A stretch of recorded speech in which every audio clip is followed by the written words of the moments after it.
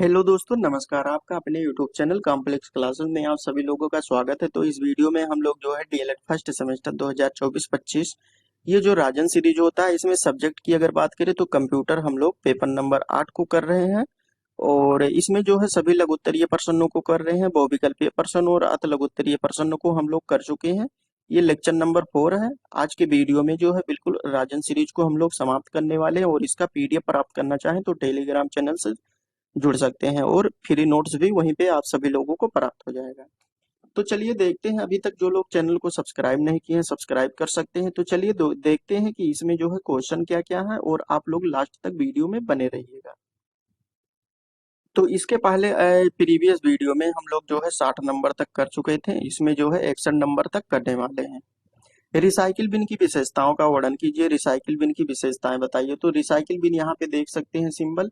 इसका प्रयोग हम लोग पिछले वीडियो में बताए थे, ठीक है।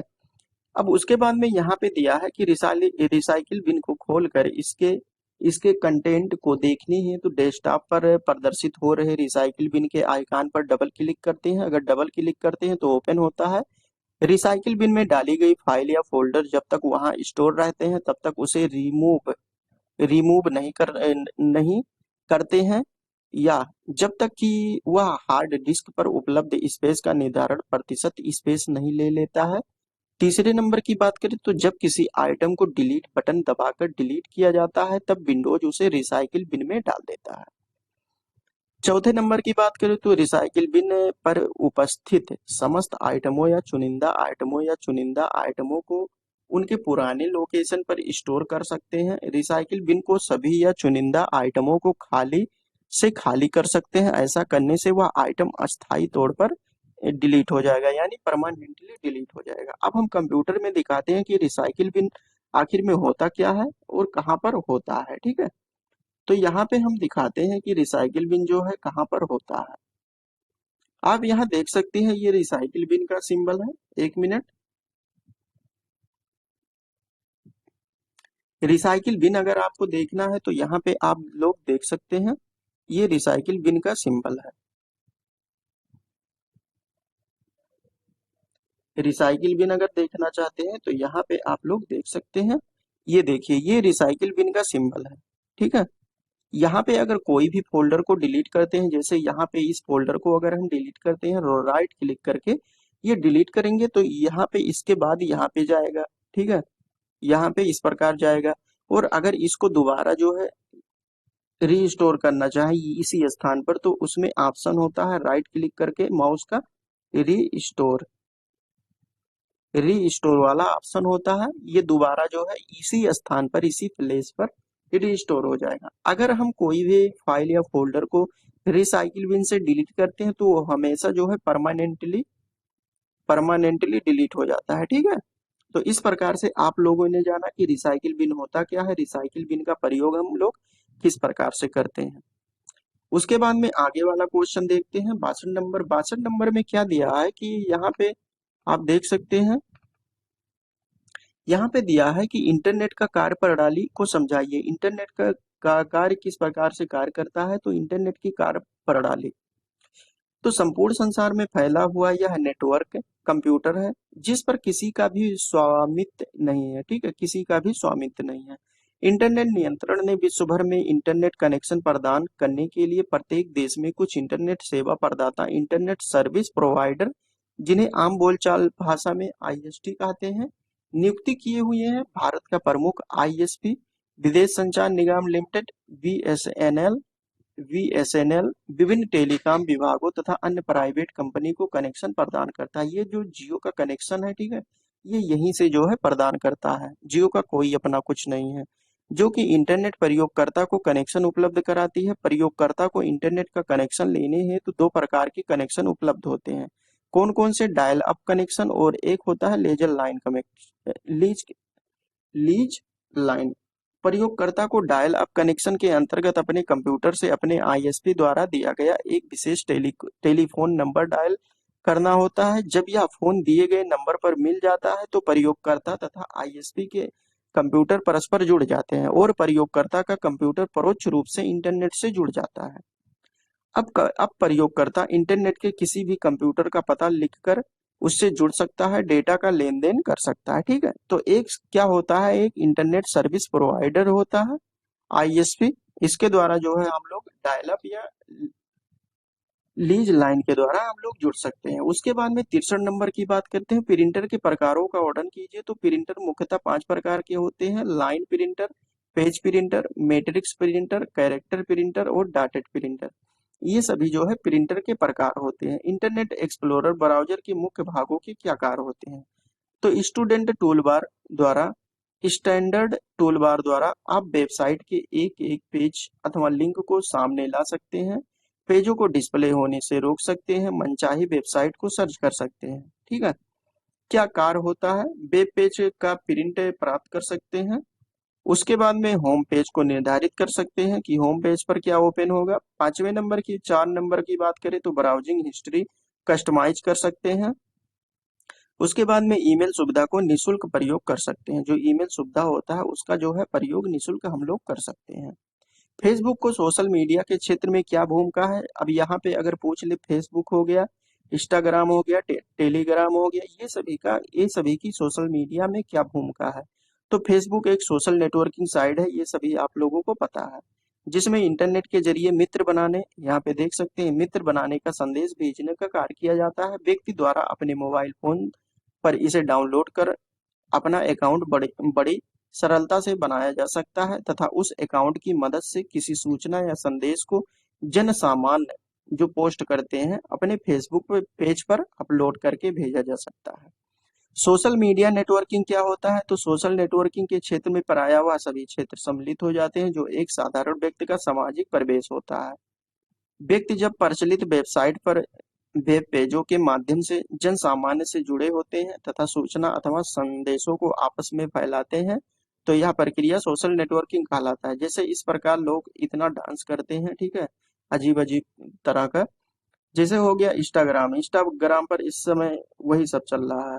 ठीक है, और इस समय इंस्टाग्राम का जो शॉर्ट शॉर्ट वीडियो हम लोग देखते हैं उसके द्वारा जो है नए शोध के अनुसार हमारा जो मेमोरी होता है, माइंड मेमोरी, वो जो है शॉर्ट मेमोरी के रूप में कन्वर्ट हो रहा है। यानी लॉन्ग मेमोरी कोई चीज जो है लॉन्ग समय तक याद नहीं रहेगा, वो शॉर्ट समय तक, कुछ ही समय तक याद रहेगा। तो इस प्रकार से जो आप लोग जो है रील देखने से, स्क्रॉल करने से आप लोग बचिए।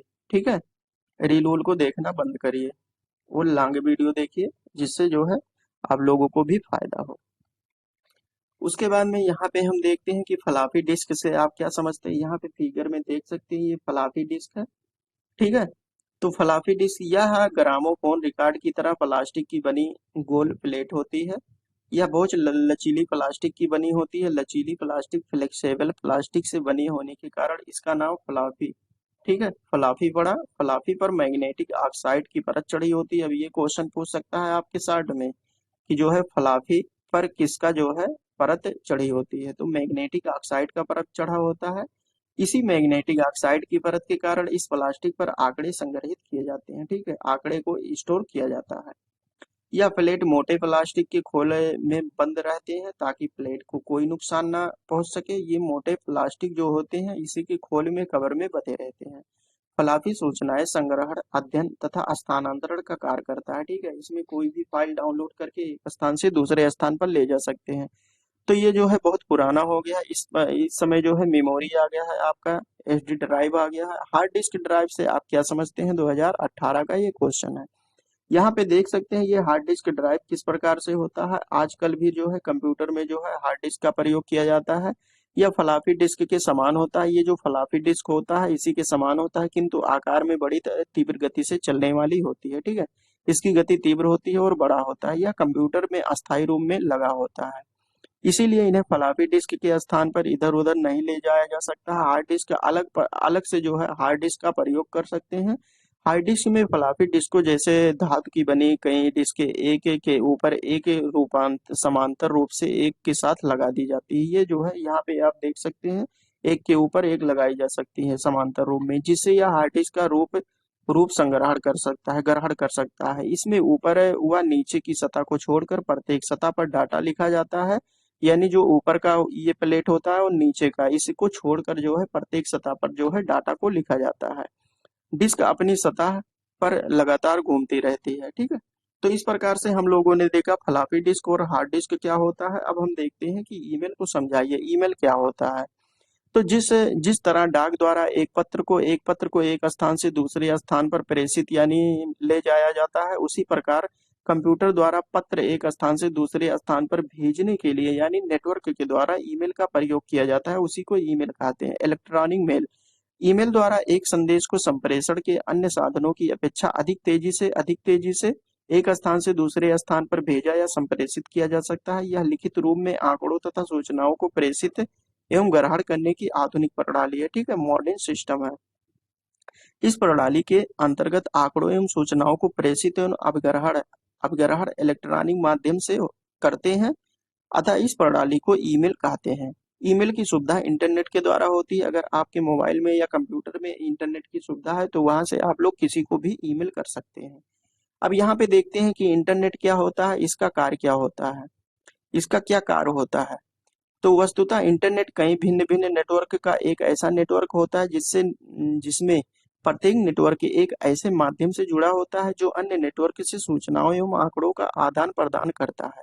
ये माध्यम इंटरनेट सेवा प्रदाता को स्वामित्व में होता है।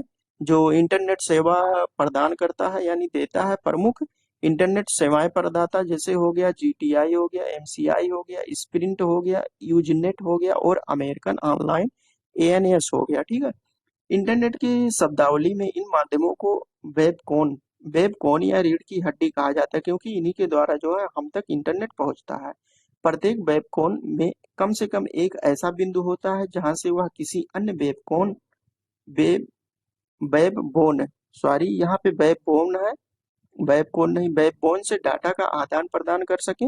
इसी कारण जब कोई नेटवर्क किसी वेब बोन से जुड़ता है तो इस नेटवर्क का प्रयोग करने वाले प्रयोगकर्ता स्वतः ही संपूर्ण सिस्टम में जुड़ जाते हैं, ठीक है। जो सिस्टम होता है वहां से आप लोग इंटरनेट सर्विस प्रोवाइडर से जुड़ जाते हैं। अब ये प्रयोगकर्ता स्वतः ही इंटरनेट सेवा प्रदाता की सेवा प्राप्त करने वाले किसी अन्य कंप्यूटर से जुड़ जाता है और इसे संदेश प्रेषित कर सकता है, इससे संदेश प्राप्त कर सकता है। उसके बाद में यहाँ पे देखते हैं मॉडेम क्या होता है। इस समय जो वाईफाई लगा रहता है, आप लोग लाइब्रेरी में गए होंगे, वहां पे इस प्रकार से एक मॉडेम लगा होगा।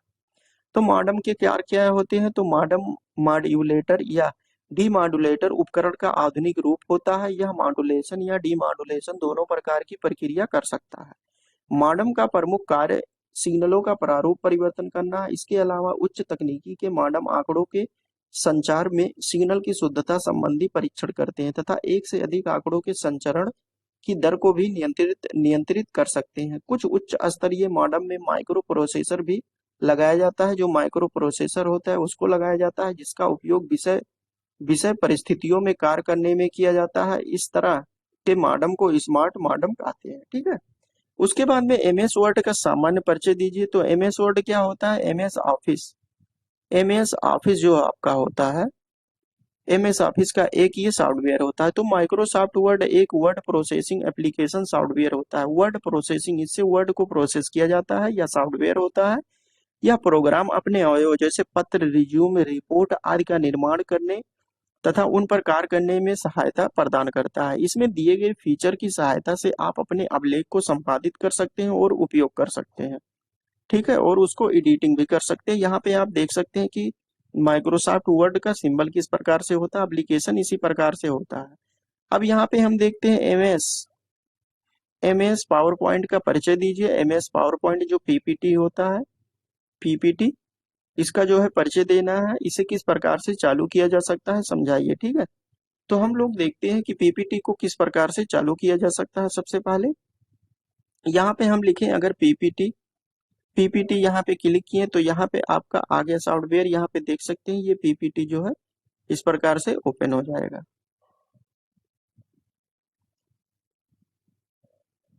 पीपीटी यहाँ पे अगर हम क्लिक करते हैं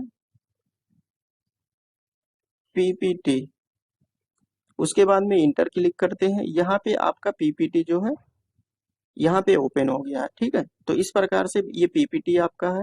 पीपीटी को इस प्रकार से ओपन करते हैं, न्यू स्लाइड को अगर ऐड करना हो, ठीक है। तो अब हम देखते हैं यहाँ पे तो पीपीटी यहाँ पे देख सकते हैं, यहाँ पे सबका जो है नाम दिया हुआ है, फिगर में आप देख सकते हैं, और पीपीटी का ये सिंबल होता है। तो Microsoft power point, graphic presentation application software होता है। जो पीपीटी होता है ये प्रेजेंटेशन सॉफ्टवेयर होता है। 2022 में ये क्वेश्चन पूछा गया है। इसकी सहायता से इलेक्ट्रॉनिक प्रेजेंटेशन तैयार का प्रेजेंटेशन डिवाइस की कंप्यूटर से जोड़कर स्लाइड शो की तरह प्रस्तुत किया जा सकता है। पावर पॉइंट चालू करना, स्टार्टिंग पावर पॉइंट किस प्रकार से, जैसे स्टार्ट बटन पर क्लिक करते हैं, ऑल प्रोग्राम पर या माइक्रोसॉफ्ट ऑफिस, उसके बाद में माइक्रोसॉफ्ट पावर पॉइंट पर क्लिक करते हैं। तो इस प्रकार से आपका जो है PPT Microsoft power point open हो जाता है। साइबर सुरक्षा एवं साइबर अपराध दोनों को समझाइए। साइबर सुरक्षा से आशय होता है कि ऐसी व्यवस्था जिसमें इंटरनेट संचालन प्रक्रिया यानी कंप्यूटर द्वारा को सुरक्षित किया जा सके। वर्तमान में साइबर सुरक्षा की ओर से सरकार ने अपना बड़ा का दृष्टिकोण बनाया है। वह नित्य नए अधिनियमों तथा कानूनों का निर्माण करती जा रही है, जिससे कि इस कुकृत्य को रोका जा सके। ये जो होता है यानी जो साइबर अपराध होता है, साइबर सुरक्षा को जो है वो रोका जा सके। साइबर जो धोखाधड़ी होता है, स्पैम होता है, इसको सुरक्षित किया जा सके। को और विस्तार रूप से समझने के लिए इसकी जड़ साइबर अपराध को समझना अत्यंत आवश्यक होता है। तो साइबर अपराध क्या होता है? सरल शब्दों में कह सकते हैं कि साइबर अपराध गैर कानूनी कृत्य होता है जिसमें कंप्यूटर या तो एक एक उपकरण या लक्ष्य या दोनों होता है। साइबर अपराध पारस्परिक प्रकृति के होते हैं, जैसे चोरी हो गया, धोखाधड़ी हो गया, जालसाजी हो गया और मानहानि और शरारत, जो भारतीय दंड संहिता के अधीन है। कंप्यूटर के दुरुपयोग ने भी आपराधिक गतिविधियों में समाविष्ट होकर नवयुगीन अपराधों के एक स्तर को जन्म दिया है, जिससे सूचना प्रौद्योगिकी अधिनियम 2000 द्वारा संबोधित किया जा सकता है। तो साइबर अपराध यही सब होता है जिसको जो है चोरी, धोखाधड़ी, जिल्ला, जालसाजी, मानहानि, शतरंज और भारतीय संहिता के अधीन जो होते हैं, ठीक है। इसके अलावा जो जो कार्य करते हैं ये सभी जो है साइबर अपराध के अंतर्गत आता है। उसके बाद में हम लोग देखते हैं नेक्स्ट क्वेश्चन। नेक्स्ट क्वेश्चन में क्या दिया हुआ है कि ऑनलाइन संसार में अवैध धोखाधड़ी धोखों के माध्यम से एवं बेईमानी पर प्रकाश डालिए। ठीक है,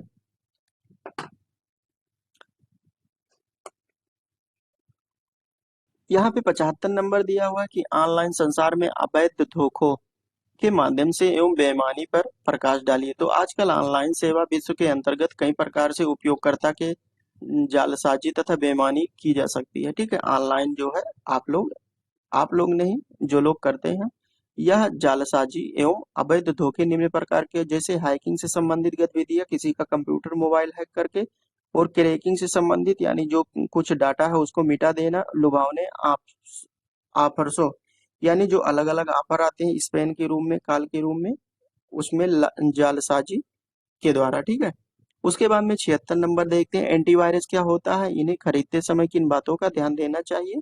तो कंप्यूटर में वायरस की उपस्थिति को ज्ञात करने तथा कंप्यूटर को उससे मुक्त कराने के लिए जो वायरस होता है उसको ज्ञात करने तथा कंप्यूटर को उनसे मुक्त कराने के लिए सॉफ्टवेयर आज बाजार में उपलब्ध होते हैं।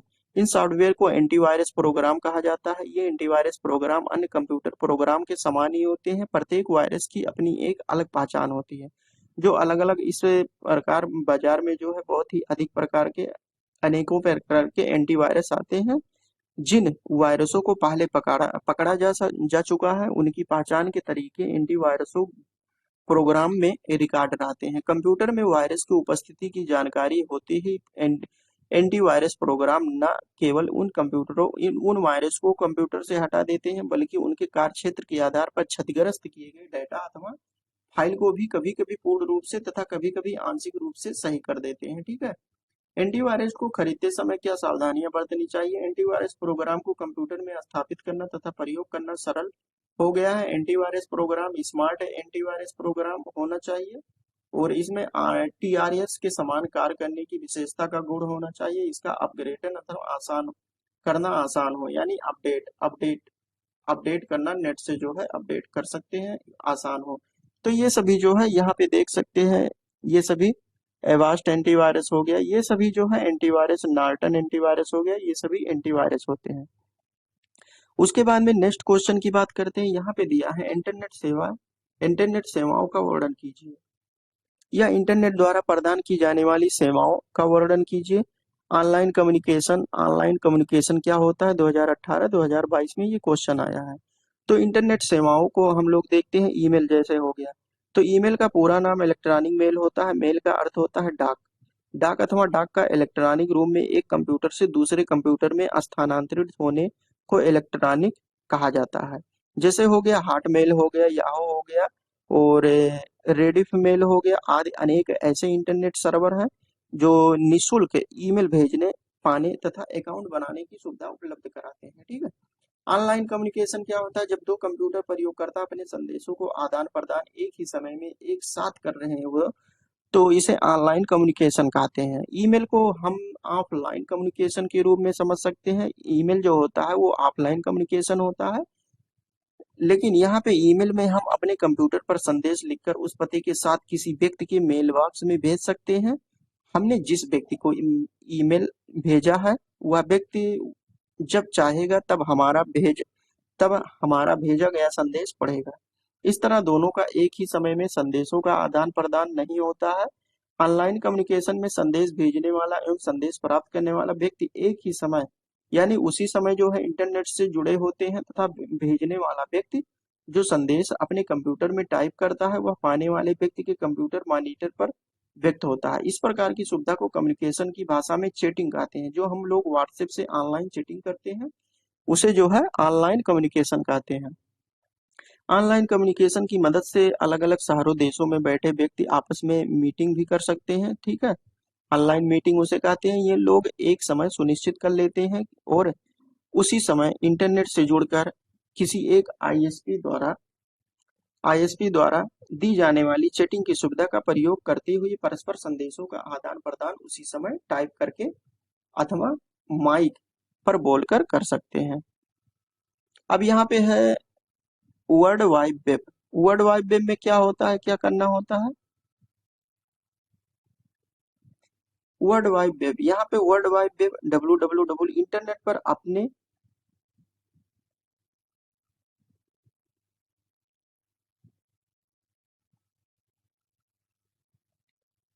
इंटरनेट पर अपने अपने व्यवसाय अपने द्वारा दी जाने वाली सेवाएं तथा अपने प्रतिष्ठान के विषय में विभिन्न सूचनाएं पब्लिश करने हेतु वेबसाइट का निर्माण किया जाता है। ठीक है। जो सेवाएं होती हैं उसको जो है पब्लिश करने के लिए वेबसाइट का निर्माण किया जाता है। इंटरनेट द्वारा प्रदत्त इन सेवा का उपयोग करने के लिए प्रयोगकर्ता को सर्वर पर स्थान लेना होता है और उसे सर्वर कास्ट कहते हैं, जो है परचेज करना होता है। इसके लिए प्रयोगकर्ता को प्रतिवर्ष कुछ फीस भी देने पड़ते हैं। कुछ सर्वर अभी इस समय सेवा को निःशुल्क भी उपलब्ध कराते हैं। इस स्थान को वेबसाइट कहा जाता है। प्रत्येक वेबसाइट का एक पता होता है। जिस व्यक्ति को यह पता ज्ञात होता है वह उस वेबसाइट पर जाकर उस सूचनाओं का लाभ उठा सकता है। वेबसाइट में केवल सूचनाएं लिखी या पढ़ी जा सकती है। ईमेल भेजे या प्राप्त नहीं किए जा सकते हैं। आज कई प्रकार अखबारों या पत्रिकाओं की अपनी वेबसाइट है जहां जाकर आप सूचनाएं पढ़ सकते हैं या सूचनाएं या समाचार को पढ़ सकते हैं। ठीक है। तो इस प्रकार से ये हम लोगों का ये जो है ये बिल्कुल कंप्लीट हो चुका है। अतिलघु उत्तरीय प्रश्न, बहुविकल्पीय प्रश्न, कंप्यूटर का बहुविकल्पीय प्रश्न और अतिलघु उत्तरीय प्रश्न, और उसके बाद में लघु उत्तरीय प्रश्न जो है बिल्कुल आप लोगों का आज बिल्कुल कंप्लीट हो चुका है।